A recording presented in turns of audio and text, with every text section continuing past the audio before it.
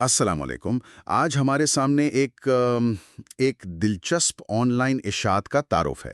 یہ میر علی شاہ سید کا ایک سب سٹیک نیوز لیٹر ہے اور اس کا عنوان ہے living the wisdom of the Quran. وعلیکم السلام۔ جی، عنوان ہی سے آپ دیکھیں ایک خاص پہلو واضح ہو رہا ہے، قرآن کی حکمت کو جینا۔ بالکل، مطلب صرف پڑھنا یا سمجھنا نہیں بلکہ اسے اپنی زندگی میں اتارنا۔ جی ہاں، یہ بذات خود ایک آپ کہہ سکتی ہیں بنیادی نقطہ ہے۔ صحیح۔ تو آئیے ذرا اس کی تفصیل دیکھتے ہیں۔ یہ نیوز لیٹر اپنے قارئین کو کیا پیش کرتا ہے؟ کیا مقصد بتایا گیا ہے اس کا؟ دیکھیے، اس کی جو مختصر تفصیل ہے اس کے مطابق یہ دو اہم چیزیں پیش کرنے کا ارادہ رکھتا ہے۔ ایک تو عملی قرآنی تفکرات۔ عملی تفکرات، اچھا۔ جی، اور دوسرا ان تفکرات کے ذریعے آج کے سالک کے لیے زندہ رہنمائی فراہم کرنا۔ سالک یعنی روحانی راہ پر چلنے والا۔ یہ دو الفاظ عملی اور زندہ یہ مجھے بہت اہم لگ رہے ہیں۔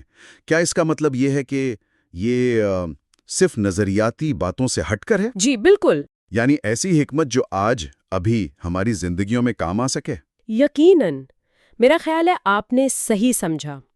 عملی تفکرات کا مطلب ہی یہی ہے کہ غور و فکر ایسا ہو جس کا اطلاق ہو سکے۔ صحیح۔ اور زندہ رہنمائی، یہ تو اور بھی گہری بات ہے۔ یہ اس خیال کو رد کرتا ہے کہ آپ دیکھیں مذہبی تعلیمات بس ماضی کی چیزیں ہیں یا صرف کتابوں میں ہیں۔ زندہ کا مطلب ہے کہ یہ رہنمائی آج کے لیے ریلیونٹ ہو، قابل عمل ہو، جامد نہ ہو، متحرک ہو۔ واقعی یہ تو ایک بڑا دعویٰ ہے، قدیم حکمت کو آج کے دور میں زندہ رکھنا۔ اچھا، تو یہ جو تفکرات ہیں ان کی بنیاد کیا ہے؟ تفصیل میں دو اثرات کا ذکر ملتا ہے، کلاسیکی تفسیر اور صوفیاء کرام کی حکمت۔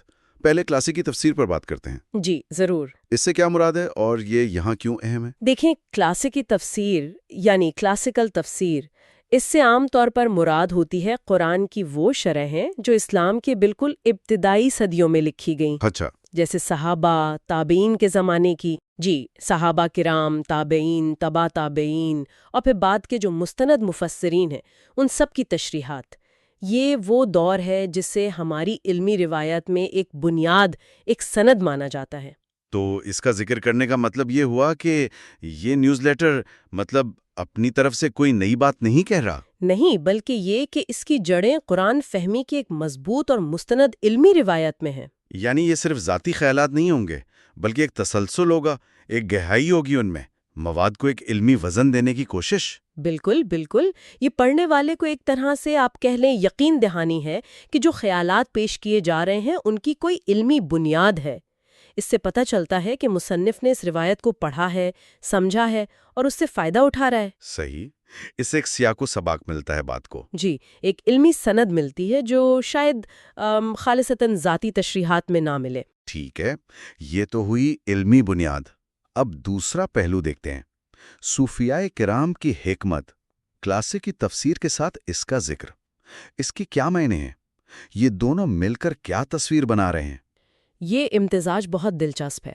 دیکھیں، جہاں کلاسیکی تفسیر زیادہ تر متن کے ظاہری معنی، لغت، اصطلاحات، شان نزول، فقہی مسائل، ان چیزوں پر توجہ دیتی ہے، جی، وہیں صوفیاء کرام کی حکمت کا مرکز عموماً قرآن کا باطنی پہلو ہوتا ہے، روحانی تجربہ، قلب کی صفائی، نفس کا تزکیہ، اللہ کے ساتھ ایک ذاتی گہرا تعلق۔ اچھا، تو گویا یہ صرف الفاظ کے معنی یا احکام جاننے تک محدود نہیں رہنا چاہتا، ایسا ہی لگتا ہے۔ بلکہ روح کی گہرائیوں میں اترنے، اندرونی تبدیلی لانے پر بھی زور ہے۔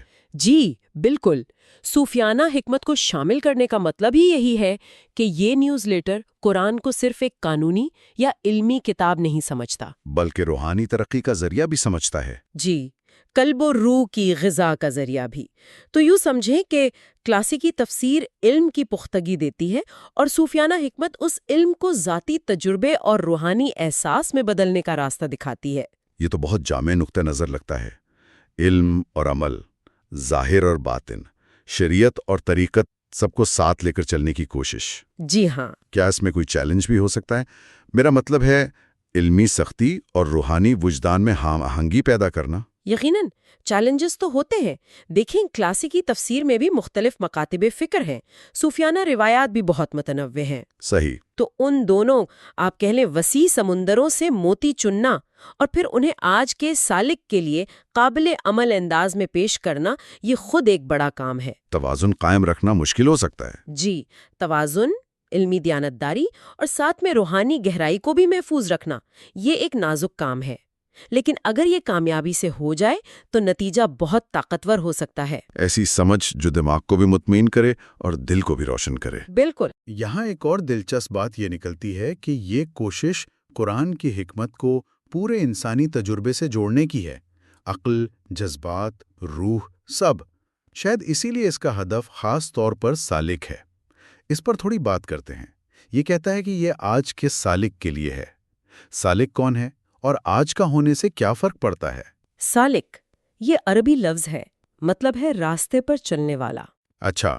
تصوف اور روحانیت کی اصطلاح میں یہ اس شخص کو کہتے ہیں جو سچائی کی تلاش میں ہے، جو اپنی روحانی اور اخلاقی اصلاح چاہتا ہے، جو خدا سے قریب ہونے کے سفر پر ہے. یہ صرف تجسس رکھنے والے سے زیادہ سنجیدہ ہوتا ہے. یعنی وہ شخص جو اپنی زندگی میں کوئی گہری معنویت، کوئی مقصد اور اپنی ذات کی بہتری چاہتا ہے. عموماً ایسا ہی ہے. اور آج کا سالک کہنا یہ بہت اہم تخصیص ہے. کیوں؟ کیونکہ یہ اشارہ ہے کہ یہ 21ویں صدی کے انسان سے بات کر رہا ہے. آج کے سالک کے مسائل آپ دیکھیں شاید پچھلی صدیوں سے مختلف ہیں. جیسے تیز رفتار زندگی، مادہ پرستی کا زور، سوشل میڈیا کا دباؤ، شناخت کے بحران، ماحولیاتی فکر، ذہنی تناؤ، یہ سب چیزیں. تو گویا یہ نیوز لیٹر سمجھتا ہے کہ آج کے سالک کی ضرورتیں، اس کے سوالات، اس کے چیلنجز الگ ہیں؟ جی، اور وہ ان کے اپنے مخصوص حالات میں قرآن سے رہنمائی چاہتا ہے. اچھا، زندہ رہنمائی کا تصور پھر اسی سے جڑتا ہے. زندہ تبھی ہوگی جب وہ آج کے زندہ مسائل کا جواب دے. اگر وہ صرف ماضی کی باتیں دہرائے یا ایسے مسائل پر بات کرے جو آج ہے ہی نہیں، تو وہ آج کے سالک کے لیے شاید اتنی کارآمد نہ ہو. تو یہ امید کی جا سکتی ہے کہ یہ نیوز لیٹر قرآن کی تعلیمات کو آج کے حالات، نفسیاتی کیفیات، سماجی مسائل، ان پر لاگو کرنے کی کوشش کرے گا. جی، مجھے تو یہی لگتا ہے. اس کا مطلب یہ ہوا کہ یہ ان لوگوں کے لیے زیادہ دلچسپ ہوگا جو صرف علمی بحثوں یا تاریخی معلومات میں دلچسپی نہیں رکھتے. جی، بلکہ اپنی روزمرہ زندگی کے چیلنجز کا سامنا کرنے، اندرونی سکون پانے اور خود کو بہتر بنانے کے لیے عملی ہدایات اور روحانی بصیرت چاہتے ہیں. جی، بنیادی طور پر ہدف یہی لوگ معلوم ہوتے ہیں. وہ لوگ جو علم کو عمل میں بدلنا چاہتے ہیں، جو یہ جاننا چاہتے ہیں کہ قرآن کی تعلیمات ان کی ذاتی زندگی میں، تعلقات میں، کام میں، پریشانیوں میں، خوشیوں میں کیسے رہنمائی کر سکتی ہیں. ایک طرح سے تھیوری کو پریکٹس سے ملانے کا منصوبہ. بالکل. تو اگر ہم اب تک کی گفتگو کا خلاصہ کریں، living the wisdom of the Quran ایک آن لائن پلیٹ فارم ہے جو قرآن کی حکمت کو عملی زندگی میں قابل اطلاق انداز میں پیش کرنے کا ارادہ رکھتا ہے. ہاں، اور یہ کام وہ 2 مضبوط ستونوں پر کھڑے ہو کر کرنا چاہتا ہے: کلاسیکی اسلامی تفسیر کی علمی روایت اور دوسری طرف صوفیاء کرام کی گہری روحانی بصیرت. جی ہاں. اور اس کا مخاطب خاص طور پر وہ جدید دور کا انسان ہے جو اپنی زندگی کے پیچیدہ مسائل اور روحانی تلاش کے بیچ قرآن سے زندہ اور متعلقہ رہنمائی چاہتا ہے. آج کا سالک. بالکل صحیح کہا آپ نے. یہ ایک کوشش ہے قدیم اور جدید کو ملانے کی، علم اور روحانیت کو ایک کرنے کی، اور نظریے کو عملی زندگی کا حصہ بنانے کی. یہ ایک ایسا ویژن پیش کرتا ہے جہاں قرآن صرف ایک مقدس متن نہیں رہتا، بلکہ روزمرہ زندگی میں ایک فعال، زندہ رہنما بن جاتا ہے. جی. یہ سب سننے کے بعد ایک بنیادی سوال ذہن میں آتا ہے جو شاید اس نیوز لیٹر کے لکھنے والے کے لیے بھی ایک بڑا چیلنج ہوگا. وہ یہ کہ ایک قدیم متن جو ایک خاص تاریخی، ثقافتی، لسانی ماحول میں نازل ہوا، اس کی آفاقی حکمت کو آج کی بالکل مختلف دنیا کے لیے بامعنی اور قابل عمل کیسے بنایا جائے.